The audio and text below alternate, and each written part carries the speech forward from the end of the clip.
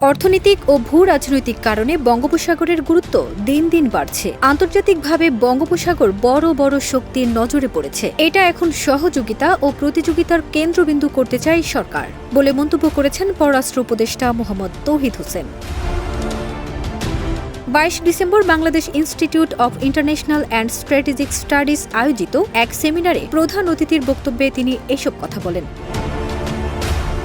মোহাম্মদ তৌহিদ হোসেন বলেন, প্রতিবেশী সহ পরশক্তির দ্বন্দ্ব সংঘাতের কেন্দ্রে পরিণত হতে দেবে না বাংলাদেশ। রোহিঙ্গাদের অধিকার সহ নিরাপদ প্রত্যাবাসন করতে না পারলে এই অঞ্চলে শান্তি প্রতিষ্ঠিত হবে না। নিরাপদ ও সমৃদ্ধ বঙ্গোপসাগর এলাকা গড়ে তোলার জন্য স্থিতিশীলতা দরকার। এজন্য রোহিঙ্গাদের প্রত্যাবাসনে সব অংশীজনকে সহযোগিতা করার আহ্বান জানায়।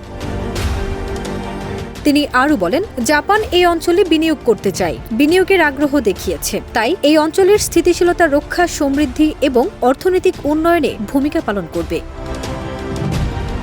ফারজানা নিকিতা, দেশ রূপান্তর।